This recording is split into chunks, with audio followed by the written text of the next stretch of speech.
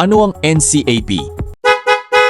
Ito ay ang paggamit ng mga CCTV at kamera sa kalsada para huliin ang mga traffic violators nang hindi na kailangan pang pigilan ng enforcer ang sasakyan.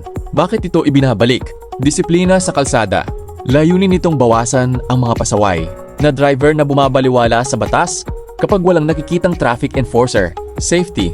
Mas ligtas para sa enforcer at sa driver dahil walang abutan o pakikipag-argumento sa gitna ng kalsada. Efficiency.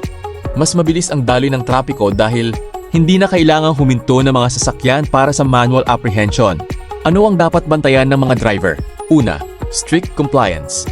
Hindi na uubra ang diskarte o palusot. Ang kamera ay hindi namimili ng sasakyan at hindi nakikipag-usap. 2. Verify your data. Siguraduhin updated ang iyong registration at address sa LTO. Dito ipapadala ang notice of violation. 3. Review the rules.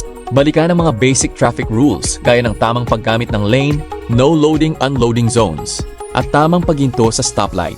Bottom line, hindi ito parusa para sa mga sumusunod sa batas. Kung ikaw ay isang responsableng driver, ang NCAP ay isa lamang gabay para mas maging maayos at ligtas ang pagbiyahe natin sa mga kalsada ng Metro Manila. Yun lamang at ingat mga kadaan ko.